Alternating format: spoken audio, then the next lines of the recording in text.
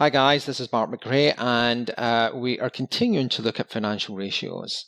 And as I've mentioned before, the more you know and understand your own business, the better equipped you are to make better decisions. So today we're going to look at a few, and the first one is your inventory turnover ratio. So the inventory turnover ratio measures the number of times a company sells or otherwise replaces its inventory. It shows how fast the business is selling its goods. It tells us how many times a company can sell its goods and buy new ones in a certain amount of time, like a year.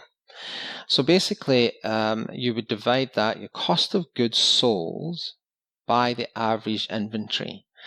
So why is that important? Because, I've actually seen this done where it's not just measured in terms of the total inventory, it's measured in specific inventory or SKUs. So for example, if you had broken this down into different SKUs, and SKUs stand for stock keeping units. So if you were measuring each SKU with the inventory turnover ratio, you could tell how quickly that inventory turns over. So if you had one thing that was, its turnover was 2 or 4 or 8 or whatever it was in a given period of time, like a year. So maybe you had one thing that was turning over 10 times in a year, and by the same measure you had something that wasn't turning over. It might have a inventory turnover ratio of 1 or 2. That's not selling as well.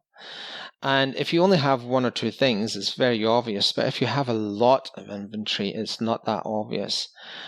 So measuring different parts of your inventory turnover can be very important. So next, let's look at the asset turnover ratio. So this ratio measures a company's ability to generate sales from its assets. It's calculated by dividing revenue by total assets. The asset turnover ratio is typically measured on an annual basis. So what that's saying, if you took your net sales and divided it by how many your total assets, it can give you a measure of how quickly the asset turnover is happening. So I don't use that very often, but it is widely used. And the last one we're going to look at today is receivables turnover ratio. The receivables turnover ratio shows how many times a company collects its accounts receivable in a given time period. This is important. Financial ratio shows how well the company is at giving customers credit and getting the money they owe back. So if you've ever been involved with a business that has creditors and debtors, it's how you measure that is exceedingly important. It can mean the difference between a company's success and failure. If you're giving, if you are giving people that you do business with, and it could be consumers or business to business, credit in some way, or if you're providing something and you're not measuring how quickly you get that back, you can actually run out of cash. So it can be a big problem.